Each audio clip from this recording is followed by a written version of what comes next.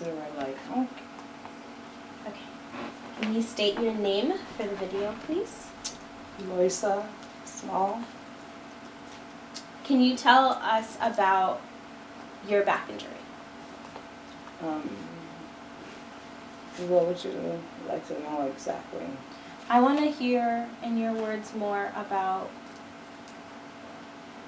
how long it took, like the process of having you be diagnosed with. After the injury had taken place, I pretty much went, I seen a couple of doctors, but it was almost 7 years before someone would actually take a MRI to see actually what was going on with my back. And when they did, they discovered it wasn't just broken, it was shattered. And I had been working 7 years like that in severe pain with no medication, and just trying to get through it, just trying to support you guys, you know, you and Jamil. And so what happened after doctors realized that you needed surgery? Can you tell me about the first surgery that you had? Yep, Dr. Timothy Spencer. I went to him and he says, oh yeah, I can fix you. I'll tell you what I'm going to do. He explained everything, the surgery, and when I came out of surgery, things weren't like I thought they would be. I was in severe pain. He said I was fine, and he doesn't know why I'm being such a baby. I should get up and walk around, because right after you get back surgery, the next day they make you walk around, which is not a problem. But I was in severe pain. So, me being who I am, I got up and I did what I had to do, because unless you walked around and did what they were asked you to do, you couldn't leave the hospital. But I already knew that there was still something wrong, because I kept telling him that. But he said, no, everything is fine. And later on, I asked him about the scar that I had on my buttocks, and he said he inserted a rod to stabilize my spine, which now is a severe problem, because that rod is leaning on a nerve that's causing severe damage and nerve damage and pain, cramps, severe cramps. And if they remove it, then I will be paralyzed from the waist down. And did the doctor tell you that he was going to insert that rod into your back? No, he did not. So he didn't have permission? No. So I tried to sue him after I it was almost 2 years before I was even able to function a little, and I'm like, well, we need to sue that doctor, and I called a lawyer, and it was like 3 weeks away from the 2 years you get to sue them, and there was no way. They said I had an excellent case. I probably could have owned his own whole business, but they didn't have enough time. They needed at least 6 weeks to prepare for, to go in front of the judge. So I missed out on that. Okay. Can you tell me about your current situation, your house, what it's like at your house? It's very solitary. I'm very alone. It's very, I don't know the words to say it, mentally and physically and emotionally just unbearable. Just I can't be there anymore, but I have nowhere else to go. And I have no friends, and no one comes to visit me because we live so far away. You and your partner? And Because an you live with your ex-fiance, and mainly he's my provider. He's supposed to care for me and do things and help me take showers and stuff, because I can't really use this arm because of the other problems that I have now. And how is your care under him? Because he is supposed to be your health care provider. How is that? He does my medicine. That's it. So he's mostly gone all day.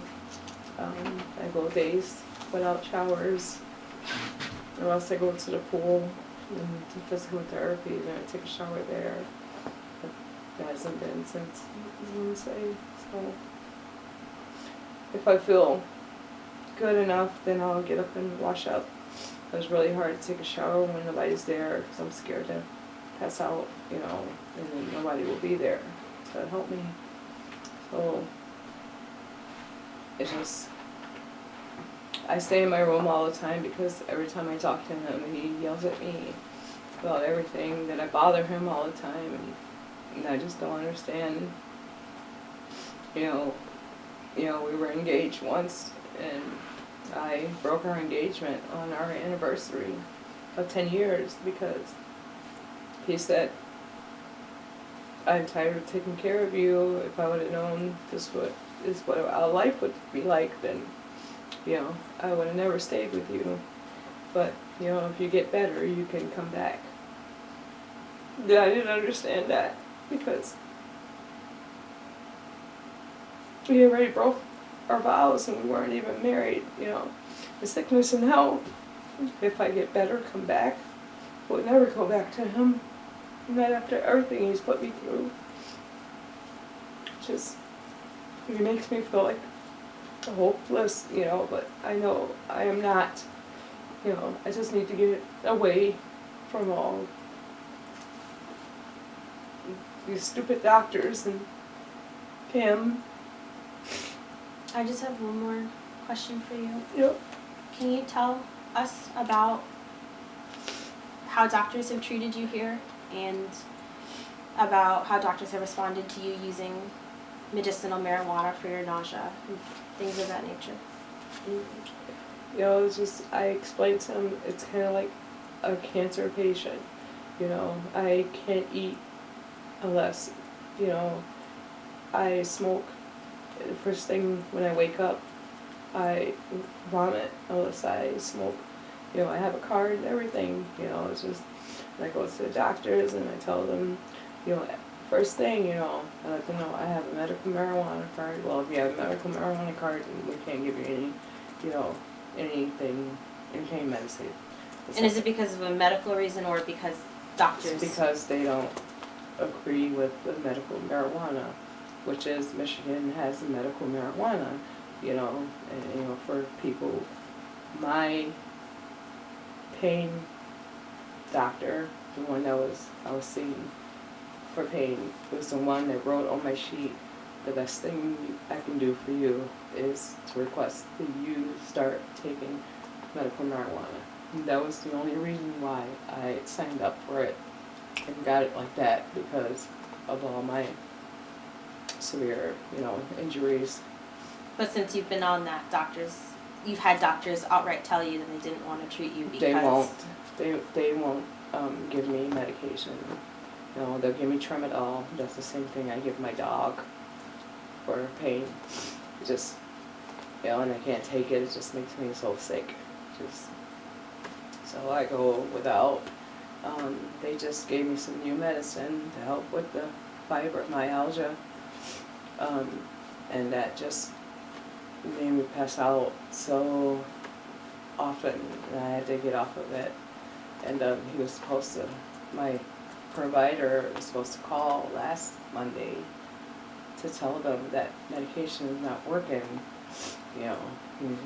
They said finally, well, you're leaving in a couple of months. We'll give you some pain medication just because you're leaving. And I thought, wow, really? So they told me to try that medication, which I didn't touch any of the Vicodin. Let's try this. But I was falling out and I couldn't get out of bed and I told them, even 3 days after I was off that medication, I was still passing out and falling, and I have a mass in my head you know, a brain mass, and the last thing I should be doing is passing out and falling and hitting my head, you know, so. And since he's gone all the time, you know, when I do, then I have to wake up and crawl wherever I gotta get to go. I do have a hub around, but if it's not right there, you know, I try to get stuff done a lot myself when he's gone, you know, just because I'm stubborn, and I gotta pack, I gotta keep moving, because I gotta get out of here one way or another. I don't know what else you want me to say, just. And the last thing is I want you to say in your own words anything that you have that you want to tell people who might donate to you. Just, I apologize for kind of rambling. I can't help that. It's part of my illness. I have the fibromyalgia. I have what is it called? Stenosis of the neck? Spinal stenosis, which is threatening to paralyze me from the neck down. I really need to get to Minnesota so I can go to the Mayo Clinic. It'll help me so much because I can get away from all of these bad triggers here, and